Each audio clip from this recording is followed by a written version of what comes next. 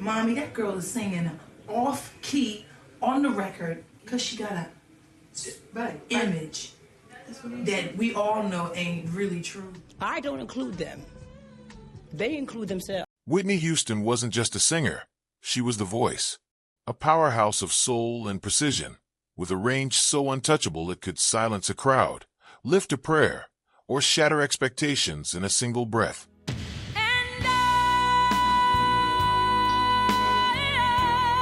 That voice was a gift, not just from talent, but from discipline, from gospel roots, from a childhood where singing was sacred, not manufactured.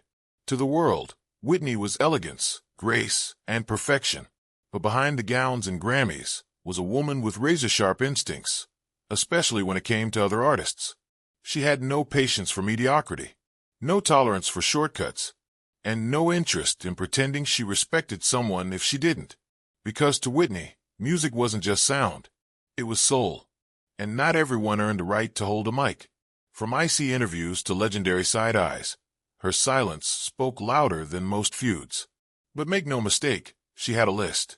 Tonight, we reveal the 6 musicians Whitney Houston reportedly couldn't stand, and why each one clashed with a woman who demanded nothing less than excellence. You know her voice. You know her legend. Now, meet the fire behind the microphone.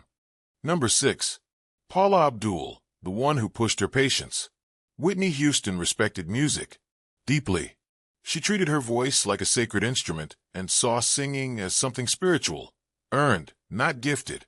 So when dancers turned pop stars started climbing the charts with studio tricks and catchy hooks, it struck a nerve. No one triggered that frustration more than Paula Abdul. By the early 90s, Paula was a household name. Her videos were flashy, her choreography electric, but her vocals? To Whitney, they didn't belong in the same conversation. In a private moment captured on camera, later shown in the 2018 Whitney documentary, she didn't mince words. Paula Abdul ain't shit. Mommy, that girl is singing off key on the record, she said, her voice laced with disbelief. It wasn't jealousy. It was offense. Whitney had worked her entire life to master her craft. And here was someone gliding up the charts on choreography and production polish, without the vocal chops to back it up. She didn't name names often, but when she did, it meant something. Whitney didn't hate Paula personally, but professionally, she saw her as a symbol of everything wrong with the direction pop music was heading. Talent was being replaced by trend, art by marketing. For Whitney, that wasn't just frustrating, it was heartbreaking. This wasn't about rivalry, it was about standards. And when she looked at Paula Abdul's success, Whitney saw a warning sign that the world was beginning to forget what greatness really sounded like. Number 5.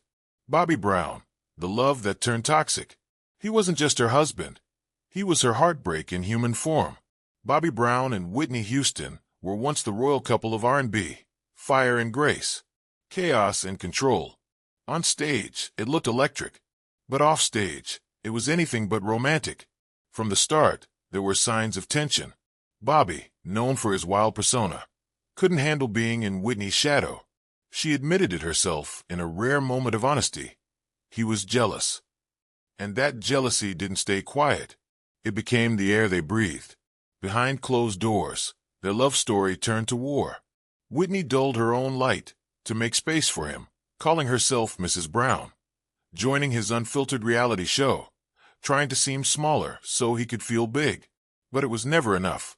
Then came the darker moments. The arguments, drugs, the shame.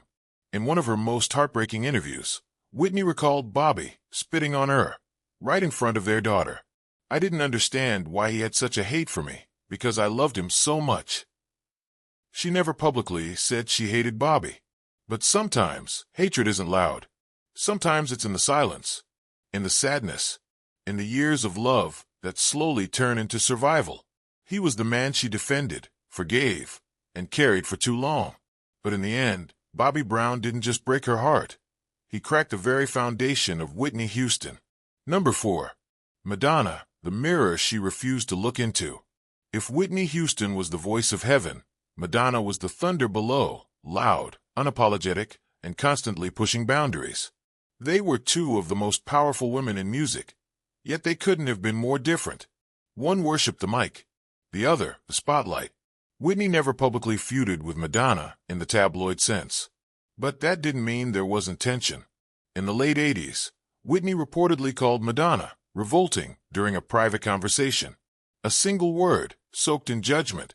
She didn't approve of the antics, the shock value, the image-first approach.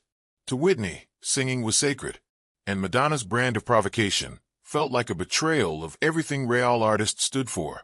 Decades later, a private letter from Madonna surfaced, raw and bitter. In it, she admitted something revealing. Whitney Houston has the career I wish I had. She called Whitney's success mediocre. Yet it was clear, Madonna envied what Whitney had naturally: grace, voice, and respect. But Whitney never bothered clapping back. She didn't need to. Her silence was louder than any tabloid headline. When asked about artists who used gimmicks, she once said, "Not everyone sings. Some just sell." It didn't have to be direct.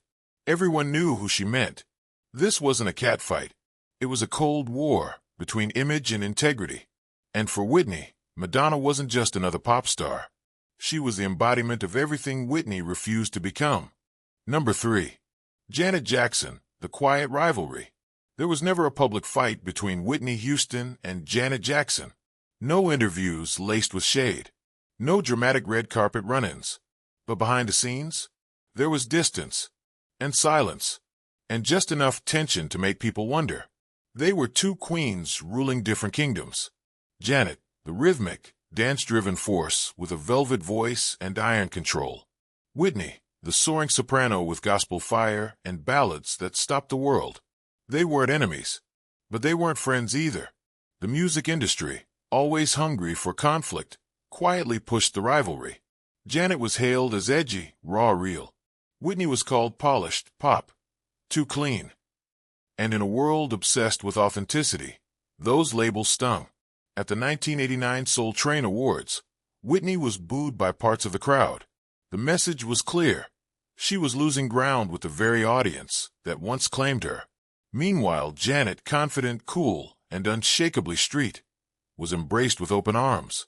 Whitney never spoke against Janet. She wouldn't. That wasn't her style. But insiders say she felt the rejection, felt the shift, felt the sting of being seen as not enough, not urban enough, not raw enough, not black enough. She once said, "I sing what I feel. That's all I've ever done." And maybe that was her quiet answer to the noise. The rivalry with Janet wasn't loud. It didn't need to be. It was there, in the spaces between award shows and chart positions. A cold, quiet competition, built more by the world around them than by the women themselves. Number 2. Prince, the silent fallout. They were two of the most gifted artists of their generation, both perfectionists, both deeply spiritual, both revered for what they brought to music. But when Whitney Houston crossed paths with Prince later in life, what began as admiration quietly crumbled into disappointment. In 2011, Whitney started attending Prince's concerts regularly. She was in a vulnerable place, trying to reclaim her voice, her confidence, her name. At first, it seemed innocent. She was a fan, showing up to support another legend. But soon, things got messy. According to reports, Whitney became disruptive. She would try to join Prince on stage uninvited. She pushed to grab the mic, even belted out a few lines without warning. It wasn't Whitney at her best. It was Whitney, raw, restless, and unraveling. For Prince, a master of control, the chaos was too much. Rumors swirled that she'd been banned from his shows altogether. His team denied it later, saying Whitney would always be welcome. But insiders knew better. The damage had been done. What hurt most wasn't the incident, it was who it was with. Whitney admired Prince. She respected his artistry, his discipline, his mystery. To be quietly shut out by someone she looked up to was more than a professional wound. It was personal. Their falling out was never loud, but it was real. And in Whitney's final chapter, Prince became a symbol of how far she had drifted from the respect she once commanded, and the peers who once stood beside her. Number 1. Stacey Francis, the final confrontation. It was just 2 nights before the world lost her. February 9th, 2012. A nightclub in Hollywood, buzzing with pre-Grammy energy.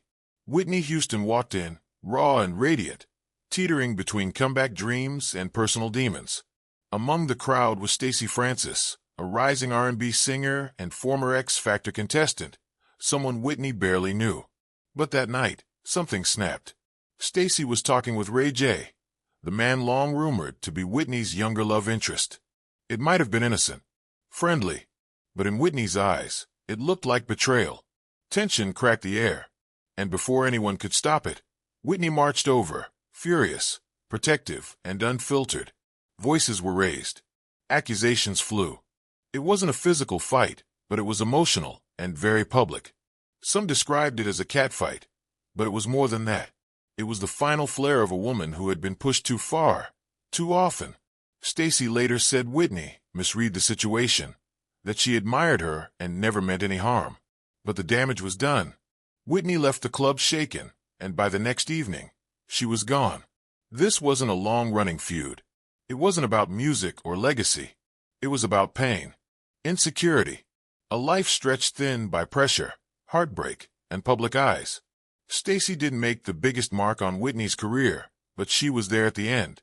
And in that moment, she became part of the final, tragic chapter in a story that had already seen too many goodbyes. Whitney Houston was more than a voice. She was a force, a miracle in motion, the kind of artist who didn't just sing songs. She owned them, lived them, transformed them. But behind the flawless vocals and elegant gowns was a woman under pressure, under the spotlight, under constant comparison. And while she rarely raised her voice in anger, that didn't mean she didn't feel the sting, the jealousy, the competition, the betrayal. These 7 names, Mariah, Bobby, Madonna, Janet, Paula, Prince, Stacey, they weren't just rivals or enemies. They were mirrors, each reflecting something Whitney loved, feared, or lost. And through them, we see her not just as a legend, but as a human being, flawed, proud, protective, and above all real. She once said, "Being free means you don't have to pretend." And maybe that's what these tensions were really about. Her fight to stay authentic in a world that constantly tried to reshape her. In the end, Whitney Houston didn't need to hate anyone. She just needed to be heard. And oh, how we heard her. Even now, long after the lights faded, the stages emptied, and the crowd went quiet, her voice still echoes. Clear, timeless, untouchable.